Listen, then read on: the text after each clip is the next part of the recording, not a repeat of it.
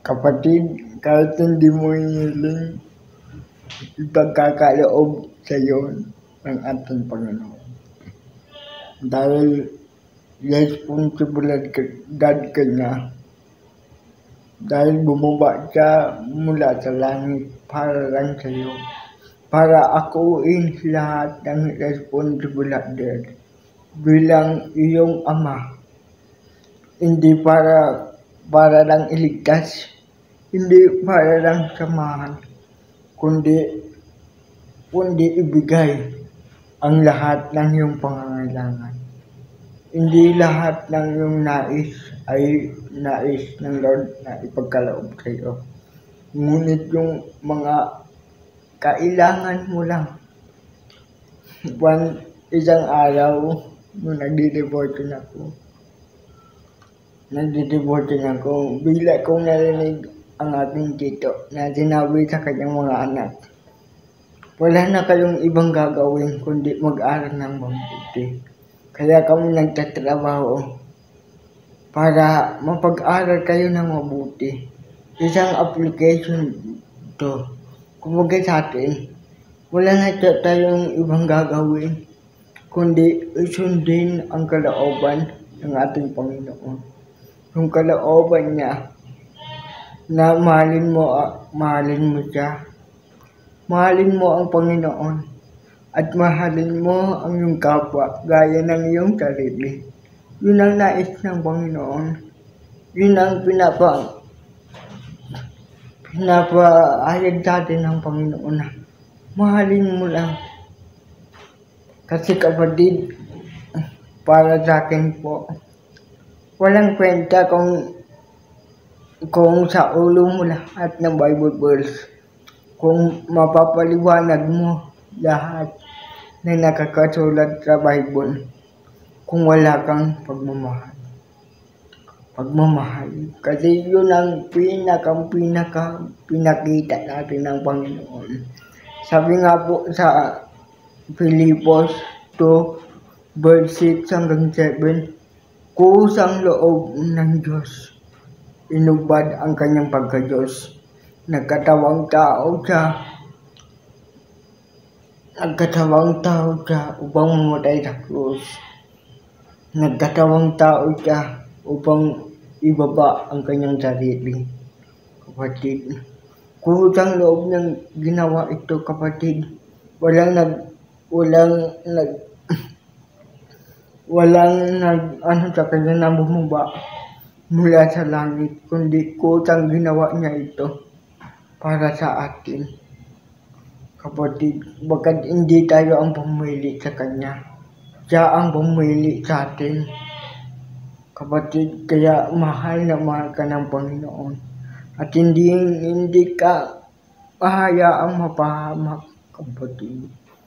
Nais lang ng Lord na dumaan tayo sa mga matitinding pagsubok, matitinding hirap, para ipahiwatig sa atin, upang sabihin sa atin, upang iparamdam sa atin, iparana sa atin na kasama natin siya, na hindi natin kailangan mag-alala. Dahil kasama natin siya at tatayin natin siya. Kasi po, alam ko kahit wala po akong tatay, alam po ang pag-aalaga ng isang ama. Ito'y nakikita ko po sa bawat natiran ko na kilala ng ama ang anak niya. Mula ulo hanggang katawan, mula sa kilos at pag-iisip, kilala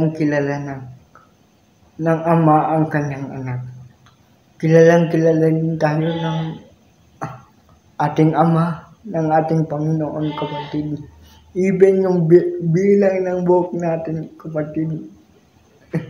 Kapatid, ikaw nga hindi mo alam kung ilan ang bilang ng iyong buhok eh. Bilang niya, kapatid. Ganoon ka kahalaga sa Lord, ganoon ka kakilala ng Lord. Piruin mo, di nga natin alam ang bilang ng ating buhok, pero alam niya ang bawat nasa puso't isipan natin, kapatid. kapatid. Kaya lagi natin siyang kasama. Kaya ipinakita niya sa atin yung agape love. Agape love is yung pagmamahal na di niya kailangan ng pagbalik. Yung pagmamahal na hindi naghihintay ng kapalit. Kaya yun ginawa ng ating Panginoon na matay siya sa krus ng Kalbaryo upang mahalin ka. Hindi yung mahalin mo siya. Upang mahalin ka, kapatid. Upang dalhin ka sa ligtas at mataganang buhay, kapatid. Upang hindi ka mapunta at mamatay, kapatid. Oo, mamamatay tayo, kapatid.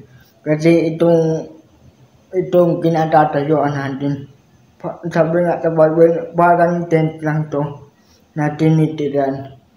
Alam ko po ang klase ng tent, ginagamit lang sa pag-camping. Pansamantalang tutulugan, pansamantalang mapapahingan yung tent. Di naman panghabang buhay. Ang tent kasi hindi yun matibay. Isang hangin lang, magigiba. Di ba po? Ang tent, ginagamit lang yan sa mga camping, pansamantala.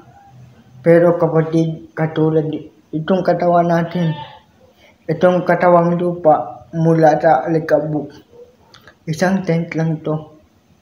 Pag namatay tayo, iiwan natin to dahil nakatanggap na tayo ng buhay na walang hanggan.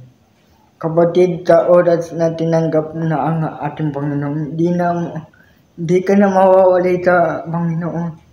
Sabi nga sa chapter ng 8, sabi na kahuling verse, kahit kamatayan man, hindi magkakabagwalay sa atin sa pag-ibig ng Diyos sa atin. Dahil mahal tayo ng Diyos. Kung iisipin na hindi ata ako ng banghama ng Diyos, gawa lang yan ng kaaway, kapatid. Basahin mo ang totoo. Minsan ang pinakamahirap na gawin is magbasa ng Bible. Isa sa natutunan ko po bilang asa Christian, ang Bible po pala, yun ang planet ng Diyos. Yun ang plano ng Diyos na kailangan natin sundin. Kumbaga, kailangan natin mabuo yung puzzle. Yung puzzle ng buhay natin. Kasi iisa lang po ang pinapakilala sa Bible. Yun ang ating Panginoong Hesus.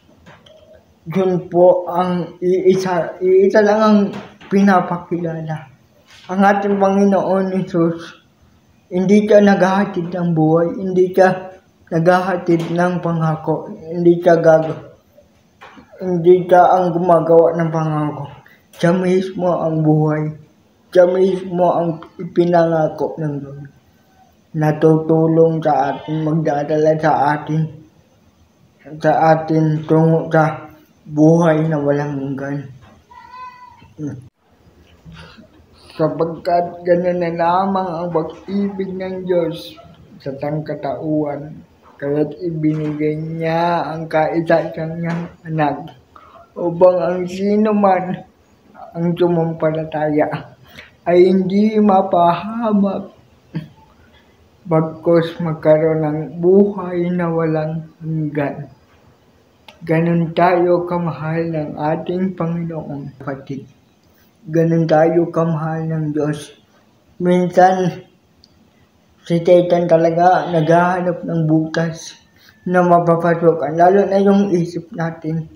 Ang pinakapuntilya para ni Satan, ang pinakahinaan natin ang ating isipan at ang ating puso. Yan ang laging puntilya ni Satan.